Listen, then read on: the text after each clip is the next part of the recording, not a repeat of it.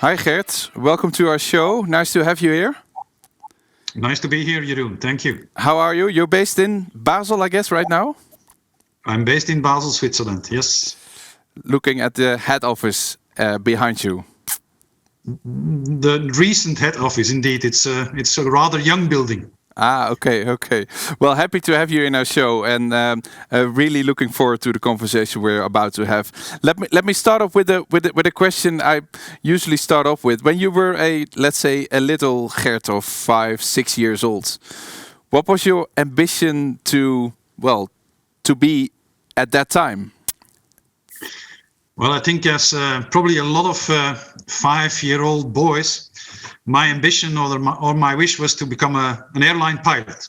Okay. Unfortunately, I'm colorblind, and in those days, that was a no-go then. And then it was a huge disappointment, I guess?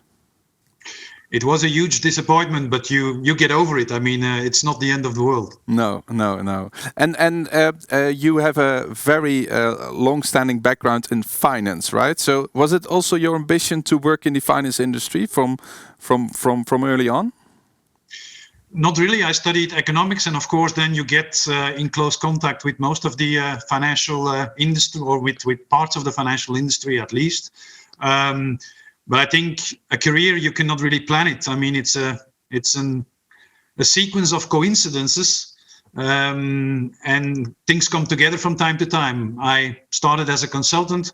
My first job was in a financial industry, and I stayed there.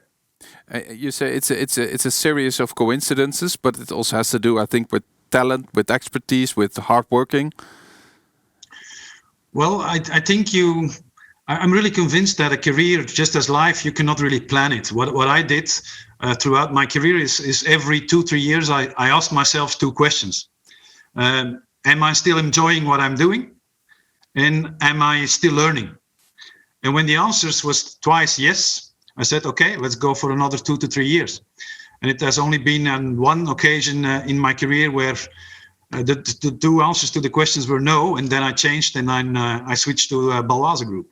Okay, because I read the other day that you basically saying, well, your career, or at least your career, your personal career, is divided in periods of 7 years each, right? So after the in between, after 3 years, you ask yourself the question, do I still like it? And then another 3 to 4 years comes up. Is that basically the division of all the separate steps you've been making so far?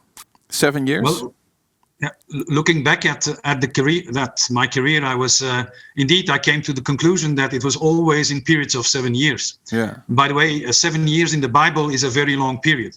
So it has been 7 years as a non-partner with Accenture. It has been 7 years as associate partner and partner with Accenture. Has been 7 years as the CIO in Belgium, then the CEO in Belgium, and then the CEO of the group level. Yeah. So, and I think it's good after 7 years. An organization, a team also needs new impulses, needs new ideas, and sometimes then you have to make space, I would say, for new ideas and new people. The 7 years each, I'm thinking about, Yep. right? That's in a different context, I would say. You have also a long-standing career already within Baloise. If I'm right, 17 to 18 years already. I read that in the interview the other day that it was a Belgium interview, that it's quite rare that a Belgian person is the CEO of such a big company, because Baloise is really big, right? You have I think an estimated stock market value of 7 billion and almost 9,000 people working at Baloise. I was surprised by that notion, actually, that is rare that a Belgian guy or a Belgian person is a CEO of such a big company. Have you read it as well? Have you think about it? Well, it's interesting. I think I was indeed the first CEO of the group, which is non-Swiss, because we are, of course, a Swiss-based, anchored in Switzerland insurance company. I think there are quite some other Belgian girls and guys who have a similar position. I think it's probably due to the fact that Belgians are giving our country and the compromises we always have to seek with different communities, different languages, and so forth. We're pretty flexible and adaptable, and that helps, of course. Although I must say that I often get asked the question, what are the differences between Belgium and Switzerland, for example? And the culture is very similar. Both countries and both citizens are rather modest, I would say, are seeking for compromises because you have these different communities living in the different countries, are a bit introvert. So there's a lot of similarities culturally between Switzerland and Belgium, and that's why I think I fit well in Switzerland, and other Belgians would fit too.